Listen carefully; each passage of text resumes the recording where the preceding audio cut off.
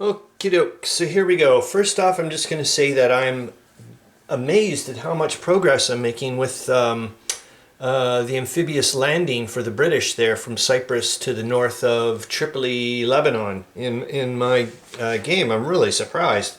So yeah, I'm just shocked. But I want to get this little bit over with so that way I can go on. So this is about the Fourth Army. I put in these little 3D printed doodads here. So this is Radom, and this is where Kielce is. And just going to go over quickly what the Fourth Army is going to do. Hopefully, and yet again, I have to trust in the camera thing. So as you can see here, hopefully there's been some aerial reconnaissance that went across here just to find out what's been going on, because the Germans were hammering away to the west of Kielce for a while here and actually did make a bit of progress. And then we had the December truce, and then now it's January and everybody's entrenched. And so the Russians decided to do some aerial reconnaissance to see what's going on here. And the Fourth Army commander here, von Salza, has been around since the get-go. And then they also have the 6th Corps here and the 7th Corps over there. And like I said, they're going from here along the, was it the Pitlica? And that's the Nida, yes, I do believe, rivers. Anyways,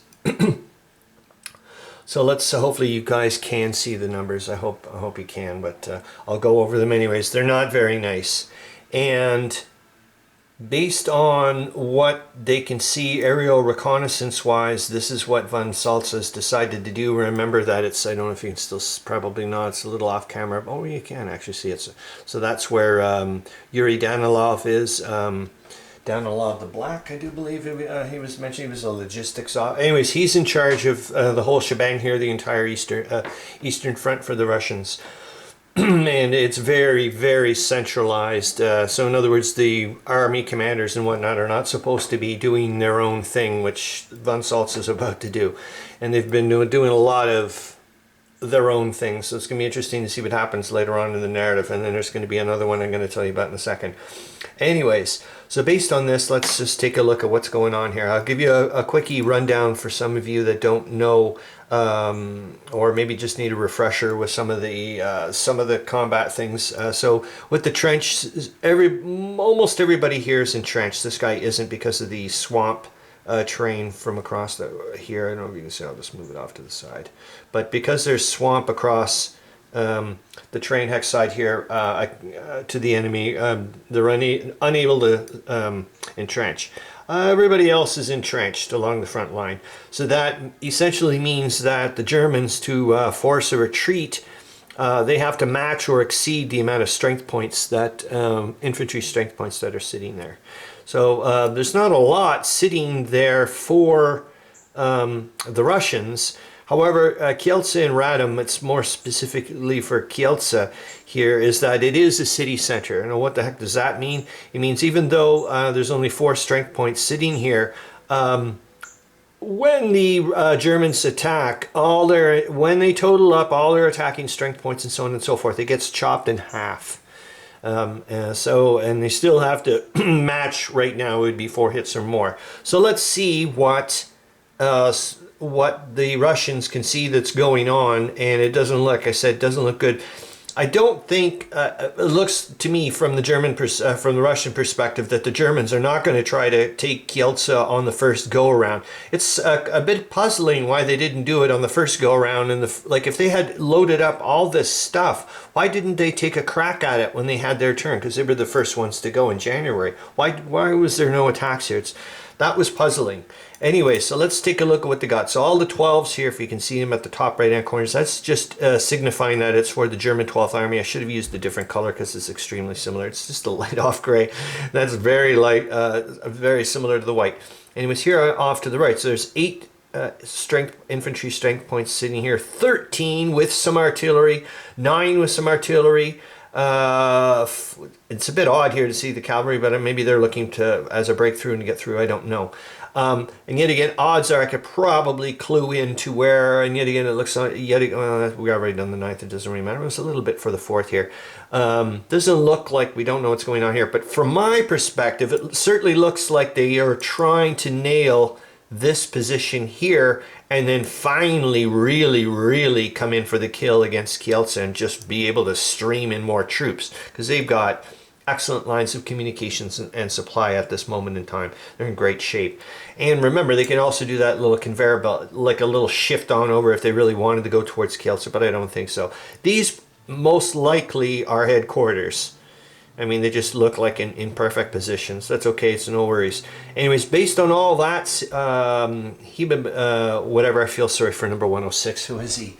I did look him up. I think he's the 32nd or the 40th. Hold on here. It's, I think it's Mikhail Promtov. But he originally was, he's not anymore. What is he now? Hold on here, I'm going to go and look him up. 106. Doodly-doodly-doo.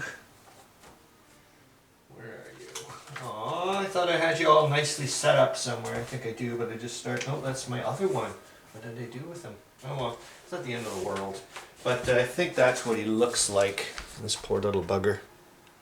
So actually, he had a pretty storied career. So quite an interesting career. But anyways, I think he's the poor little bugger down here. I think he's 106. Let's go and find out quickly. I can find out what it is. Anyways, I can tell you a few things that I'm not doing Der Weltkrieg. That's the 40th Infantry Division. So that means historically, I think he was in charge of the 32nd. He ends up getting like a lot of things, Army Commander and so on and so forth. Anyways, so what has von Salza decided to do, who's on over here? Still wants to keep Kielce, but the writing's on the wall. I think we're going to slowly evacuate, but what we're trying to do right now is essentially make the Germans pay in men and supply. It's going to cost them if they want Kielce, but we're getting the hell out of here. All we're asking for right now, unfortunately, I'm sorry, 6th Corps, like I said, with the 4th Infantry Division, just hold tight. You're basically a buffer. You're going to get obliterated, but we just need that one extra turn. We're asking for reinforcements. Danilov is actually going to send these reserve troops. I don't know if you can see them over here. There's some reserve troops, only just 3 strength points, but they're going to be railed over here. They can't be put into position straight away. They're not German efficiency or whatever. Can't get straight into, I think even British can do that. I'm not sure. I think so. But we can't get them straight into the fight. But I can get them close enough to maybe start causing some zone of control issues, because I am going to abandon this position. I'm going to move these guys over to here, and these guys are going to go to here, and these guys are going to go to here, and these guys are going to go to here, and then I'm going to put in 8 strength points worth in Kielce. I'll try to reinforce it, because like I said before, when the Germans go to attack, their total attacking strength points will be chopped in half. So it's going to cost them now a lot. That being said, I would still prefer to have 12. I just don't have enough troops. Now here's the kicker, which I love it, and I'm keep continuing with the narrative. So when I went to go and look towards finding out exactly where the army HQs are whatnot, because I'm going to start, I was actually specifically, I think I was going to make a ridiculous attack with the 7th Army over here, just to try to draw some stuff over off to the side. When I went and looked into the German book, I think I've mentioned this before, so thank God I also do things in triplicate and whatnot. So for example, I have a Germany book, and then I've got a Russia book, and I've got an Austria-Hungary book.